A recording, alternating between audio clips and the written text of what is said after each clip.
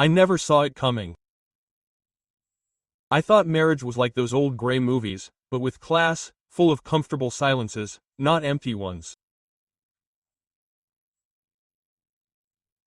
That night, in front of a cold plate of pasta and under the dead light of the dining room, my wife Valeria put down her fork, took a breath as if she had just decided on her last move, and fired without a bullet. Diego, I don't want to sleep with you anymore. Just like that, without embellishments, without anesthesia, I froze like a fresh corpse. What the hell did that mean? I tried to read her face. Nothing, not a crack of doubt, just stone. I wanted to laugh, to make a joke to make the air move, but her gaze didn't budge even an inch. What are you saying? I murmured, feeling the floor begin to crack under the table. It's not because of you, it's because of me, she replied, avoiding my eyes as if looking at me were a crime. I had heard that speech in movies and about other people's divorces. Now I was the idiot who was being told that sex was no longer part of the deal. She said it was the work, the stress, that she was tired. But none of it sounded real, everything sounded calculated. I tried to offer solutions like a pathetic salesman trying to salvage a dying account, a trip, a change, something new.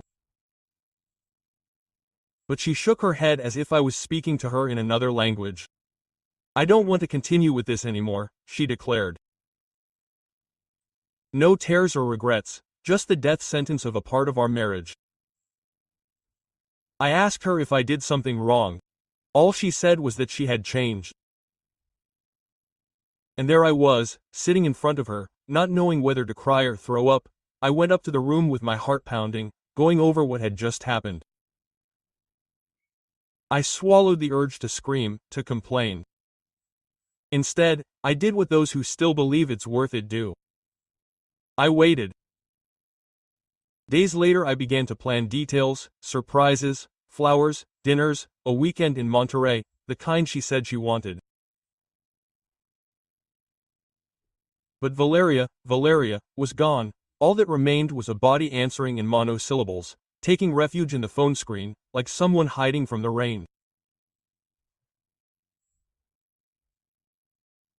And in the midst of that hollow theater I began to suspect that the distance wasn't due to stress or routine, it was something else, another person, another place to which I mentally escaped while I remained there, believing that this could be fixed. But no, Valeria had already gotten off the boat and was only waiting for me to do so too. Without scandal, without dignity. Indifference has a sound. It's the constant click of a phone unlocking every 30 seconds. Valeria wasn't talking to me anymore, she was sending me away. Every attempt I made to recover something of what we once were, hit an invisible wall. I heard her say that she needed space, but what I really wanted was to disappear without having to deal with the emotional corpse I had left behind. I continued setting the table for two, talking to her as if something could resurrect her. She only nodded without listening to me, as if my words gave her a headache. I began to notice what I hadn't wanted to see before, that the woman sleeping next to me no longer had any intention of sharing her body or soul, that she used my house, my effort, my money, but didn't include me in her life. I realized that for years I had supported her alone, not out of necessity, but because she never intended to share the burden. I wanted to think it was out of love, but love isn't a contract that only one person signs and pays the bill. I was exhausting myself, carrying around a marriage that she was only a spectator at. One night, after one of her many, I don't want to talk about it, comedies, I decided that enough was enough, that if she didn't want to be my partner in bed, she wouldn't be my partner at the table either. I went to a discreet store, one of those that doesn't have a sign, but everyone knows what they sell. I bought what I thought might spark a spark: toys, lingerie, oils, a desperate attempt to give CPR to a body that already smelled like death. I prepared the room as if it were the final scene of a romantic comedy. Candles, petals, perfume in the air, but the reaction was a slap without a hand. "What the hell is this?" she screamed. She called me a degenerate, a pervert, as if I had brought a loaded gun into the room. I didn't understand. I just wanted to do something different. I answered her coldly. "I'm not going to insist on it anymore. If you don't want to touch me, then don't expect me to support you either." Her laughter was hysterical. She told me that she couldn't support herself, that it was crazy, but I was already on another frequency. I made it clear that if she was no longer my partner, I wouldn't continue being her bank, the whole deal or none at all. It was that simple. She took it as a punishment, but it wasn't that, it was a consequence.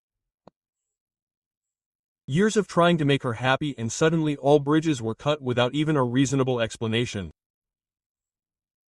She looked at me angrily, as if I were the traitor. She told me that I couldn't work at just anything, that it would be humiliating. I answered her without raising my voice. What's humiliating is depending on someone you despise. For the first time I saw fear in her eyes. Not for me, for the real world. The one where there's no one to pay the rent or fill the fridge. Valeria didn't scream anymore, she just pressed her lips together and went into the bedroom. She slammed the door shut and something inside me closed up too. I didn't cry, I didn't get angry, I just felt an icy certainty. It was over.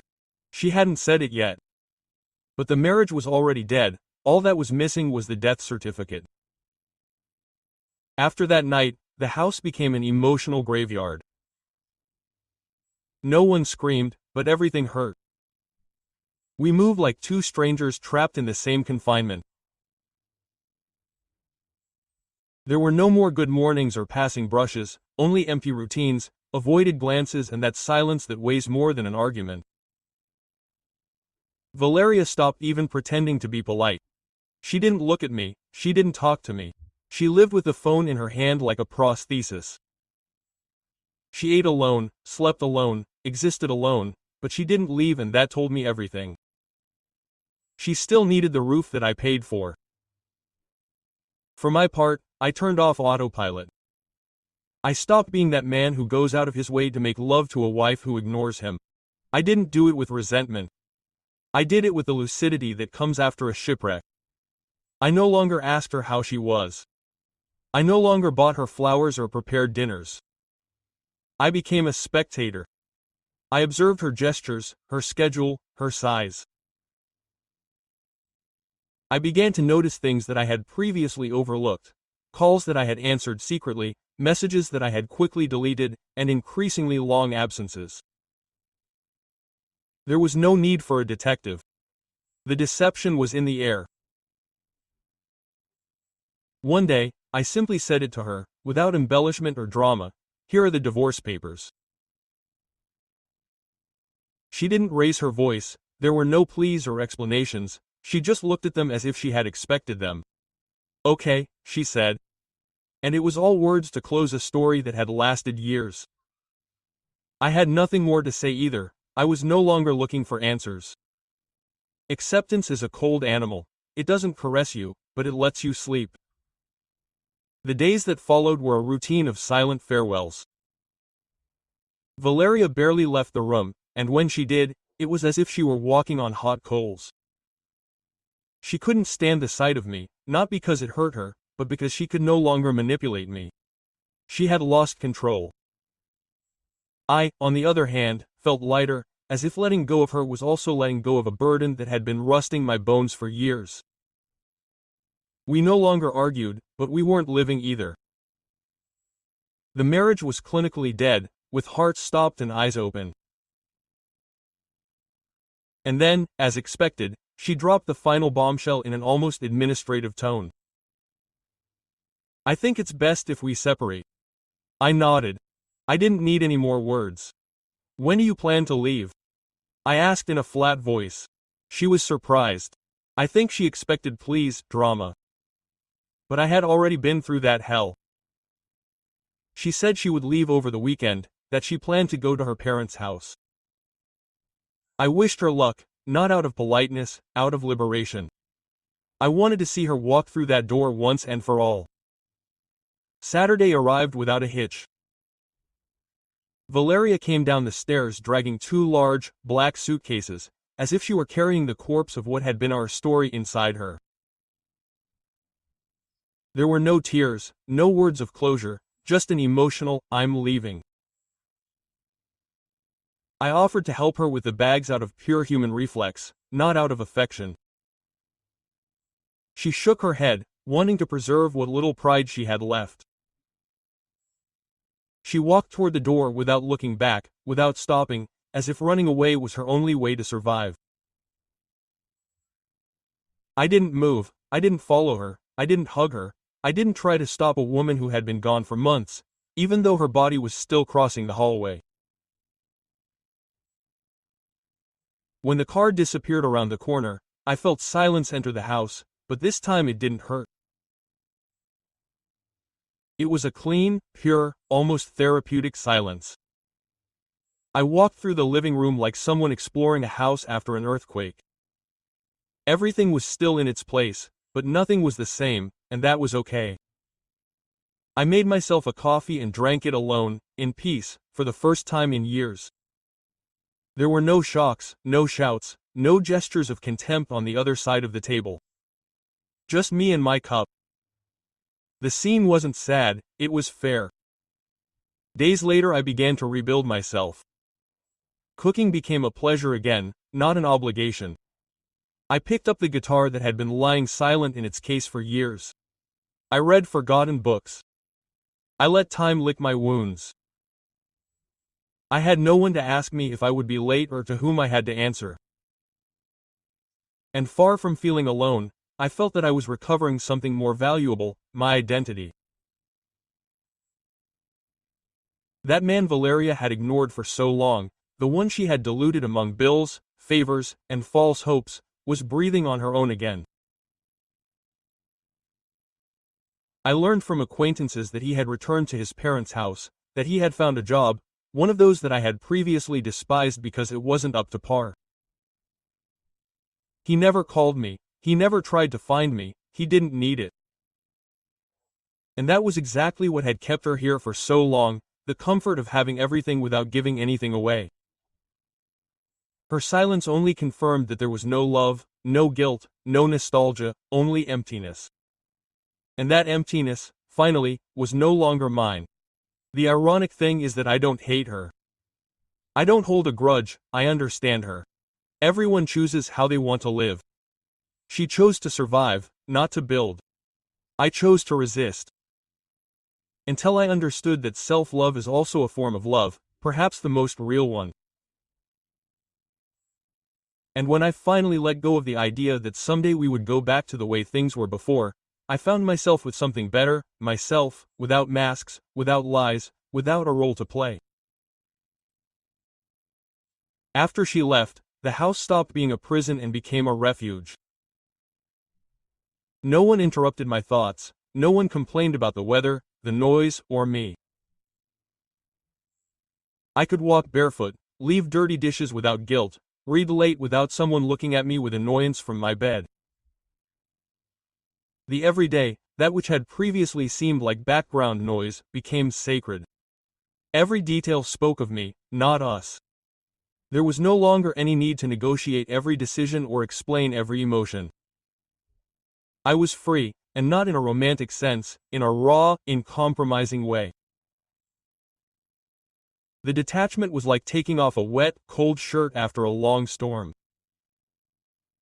At first it gave you the shivers, but then it was a relief. I got used to it quickly, because when love disappears, all that remains is the weight. And Valeria weighed on me, not her body, but her constant absence, her lack of interest, her emotional dependence disguised as independence.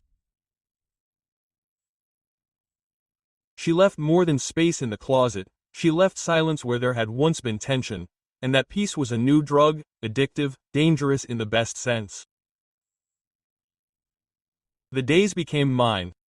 Without planning it, I rediscovered myself. I would go out for walks around the city alone, observing faces, other people's stories, as if the world had expanded after years of confinement in a script I didn't write. I bought books without asking permission, cooked whatever I wanted, and even allowed myself to do nothing without feeling useless. Freedom, when properly understood, is not lack of control, it is order with meaning.